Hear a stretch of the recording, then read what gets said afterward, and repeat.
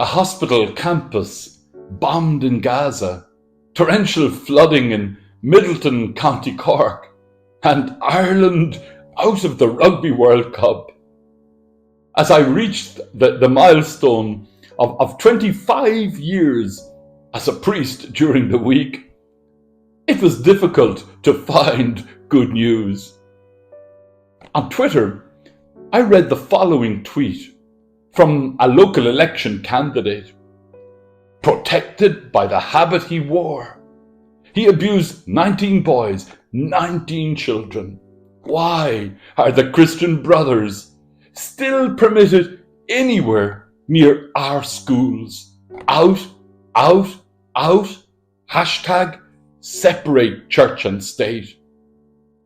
On my way back from Dublin to Limerick, in relentless rain on Wednesday, I listened in agonizing horror to a modified mother's voice tell the story of how her 12-year-old son, who has special needs, and how her precious young son was shockingly abused in recent times in a state-run care facility.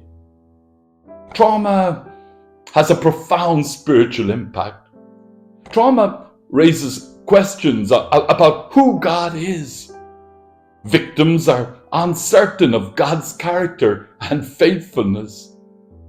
Trauma mutilates hope. It shatters faith. It turns the world upside down. Our gospel this weekend is the renowned "Render therefore to Caesar the things that are Caesar's, and to God the things that are God's."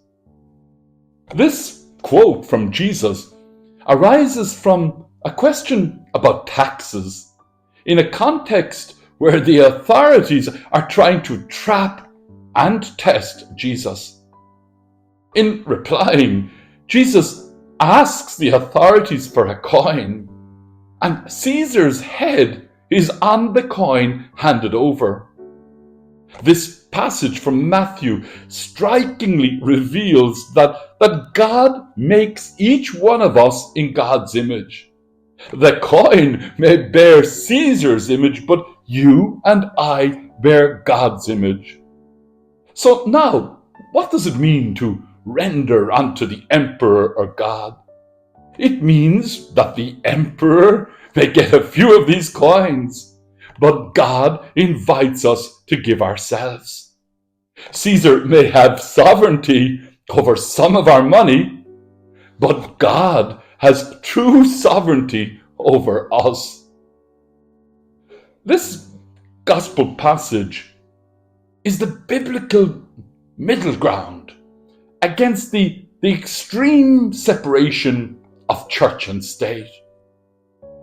God's law, especially as fully revealed in the love of Jesus, remains as a prophetic critique of human law. Secularism is the corrected worldview, which separates everything from theological justification. Human law is simply human. Politics are simply human. But secularism goes too far, to the other extreme from the biblical middle ground. If it completely removes all that's human from any possibility of critique from a transcendent perspective. This is a tricky business, because any reassertion of theological perspective that lacks humility can easily collapse back into false theological justification of the human. Shane Claiborne, the Philadelphia-based Christian peace activist, tweeted this week, "Every Palestinian is made in the image of God. Every single one. Every Israeli is made in the image of God. Every single one. If you were upset about Hamas massacring people, but are not upset by the massacre happening now in Gaza, check your heart. #ceasefire now. Writer Anne Lamott argues that you can safely assume you've created God in your own image when it turns out that God hates all the same people you do. In Chicago during the week, a group of rabbis attended the funeral of Wadea Al-Fayumi, the 6-year-old Palestinian American child who was murdered in his home. Rabbi Ari Hart wrote afterwards, the murder of a 6-year-old because of his faith and his identity is not complicated. It is a heinous crime, and that's why we went today. Environmentalist Edward Abbey colorfully challenges, society is like a stew. If you don't stir it up every once in a while, then a layer of scum floats to the top.